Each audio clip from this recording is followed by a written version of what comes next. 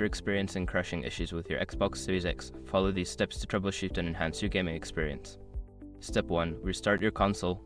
Power off your Xbox Series X completely by holding down the power button for 10 seconds. Unplug it from the power source for a minute, then plug it back in and turn it on. This can help clear temporary glitches. Step 2. Check for system updates. Navigate to the Settings menu and select System. From there, choose Updates to check for any available system updates. Keeping your console updated can resolve many performance issues. Step 3. Clear the cache. To clear the cache, power off the console, unplug it, and hold the power button for 10 seconds. This will help remove any corrupted data that might be causing crashes. Step 4. Reinstall problematic games. If a specific game is causing crashes, uninstall it from your console. After uninstalling, restart your console and then reinstall the game from the Xbox Store or your library. Step 5. Contact support. If the issue persists after trying the above steps, reach out to Xbox support for further assistance.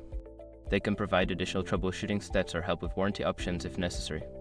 By following these steps, you can enhance your Xbox Series X experience and minimize crashing issues. Happy gaming!